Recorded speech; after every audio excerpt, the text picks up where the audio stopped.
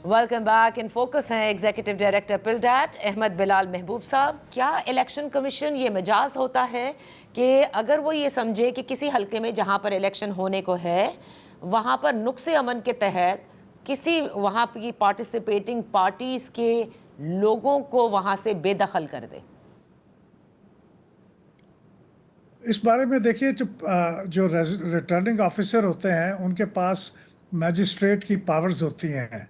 तो अपने हलके के अंदर, अपने डिस्ट्रिक्ट के अंदर अगर वो इस तरह की सूरत हाल पाएँ तो उसके लिए सराहत तो नहीं की गई कि वो क्या एक्शन ले सकते हैं, लेकिन चूंकि मैजिस्ट्रेट के पास बहुत सी पावर्स होती हैं सही। तो मेरे ख्याल में वो ये काम कर सकते हैं। अगर एक्सट्रीम सिचुएशन हो तो लोगों को बेदखल कर सकते हैं। सही। 2024 की आपने इंतखाबात का जिक्र किया तो बिलावल भुट्टो जरदारी साहब ने भी जिक्र किया अपनी इंतखाबी मुहिम में। उन्होंने इस तरह किया कि फॉर्म 45 पर नज़र आप रखें, फॉर्म 47 पे मैं रखूँगा, एंड फॉर्म 47 ये 2024 के जनरल इलेक्शंस जो हुए थे उसके बाद ही सामने आया। मैं आपसे ये जानना चाहती हूँ सर कि फॉर्म 45 आज भी हाथ वाला ही होगा? इसकी अगर डिजिटाइजेशन हो जाती है यानी इन फॉर्म्स की, तो क्या इससे काफ़ी हद तक जो शिकायत फिर आती हैं वो उसमें कमी आ सकती है? देखिए, वो जो इंटरनेट का निज़ाम है वो तो यहाँ पे भी बैठ गया था और वहाँ पे भी सुना है सस्पेंडेड है और वैसे भी कमज़ोर है। तो मेरा नहीं ख्याल कि वहाँ पे कोई इलेक्ट्रॉनिक तरीके से रिज़ल्ट कन्वे हो रहे हैं। लेकिन गुजारिश है कि ये सारी चीज़ें इलेक्ट्रॉनिकली, तो ज़्यादा से ज़्यादा ये होता है कि पोलिंग स्टेशन से नताइज रिटर्निंग ऑफिसर के पास एक इलेक्ट्रॉनिक तरीके से कन्वे हो जाते हैं। लेकिन जो बाकी मरहला है जिसके अंदर कंसोलिडेशन हो रही होती है, यहाँ पे भी जो शिकायत हुई थी पाकिस्तान में वो ये हुई थी कि फॉर्म 45 से जब फॉर्म 47 में कन्वर्ट किया गया नताइज को तो वहाँ गड़बड़ हुई। तो वो तो इलेक्ट्रॉनिक नहीं होता, वो तो मैनुअली होता है यहाँ पे भी और वहाँ पे भी। इसलिए मेरा नहीं ख्याल कि उसमें कोई फ़र्क पड़ेगा।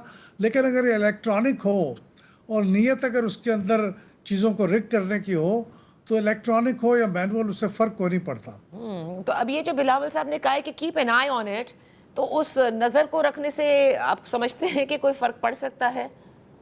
नहीं, असल में नज़र तो अगर बिलावल भुट्टो जरदारी साहब ने नज़र रखनी ही थी तो वो फॉर्म 45 पे नज़र रखनी ज़्यादा ज़रूरी थी, क्योंकि फॉर्म 45 और 47 दोनों ही ज़रूरी हैं।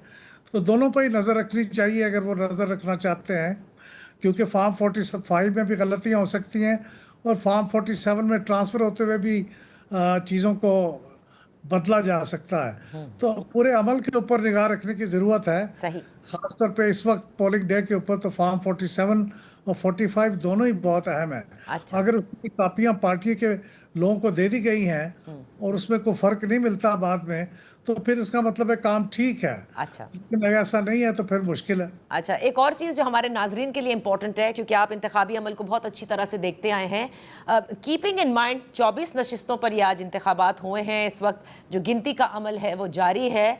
जो रजिस्टर्ड वोटर्स की तादाद है वो भी आपने देखा कि लगभग 9 लाख से कुछ ऊपर है, राइट?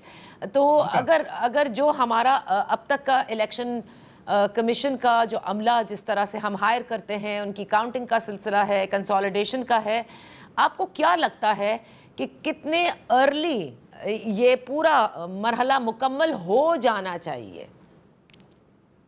देखिए, हमारे कानून में और गालबन यही कानून वहाँ पे भी है कि रात को 2 बजे से पहले 2 बजे तक इंतखाबात को कंसोलिडेट करके अनाउंस कर देना चाहिए। बाद में फिर उसको थोड़ा सा बढ़ा भी दिया गया, पाकिस्तान में ये 4 बजे तक का टाइम कर दिया गया। लेकिन वहाँ पे मुझे नहीं मालूम क्या है, लेकिन चूंकि वहाँ पे वोटरों की तादाद निस्बतन कम है, इसलिए मेरे ख्याल में अगर ये काम कोई बीच में कोई रुकावट ना आ जाए तो ये अगले 2-3 घंटे में मुकम्मल हो जाना चाहिए। यानी रात को यूँ समझिए कि ज़्यादा से ज़्यादा 12 बजे से पहले सारे रिजल्ट आ जाने चाहिए, बल्कि उससे भी पहले आ जाने चाहिए। बिल्कुल सही। बहुत बहुत शुक्रिया अहमद बिलाल महबूब साहब for being with us on the show. इसी के साथ वक्त हुआ है एक ब्रेक का। ब्रेक के बाद जब हम वापस हाजिर होंगे तो हमारे साथ होंगे सीनियर सहाफ़ी और तज्ज़िया निगार मुज़म्मिल सोहरवर्दी। पूछते हैं कि मामलात क्या चल रहे हैं इन दो बड़ी जमातों के जो कि इत्तेहाद में हैं और हुकूमत में हैं, विफाक में।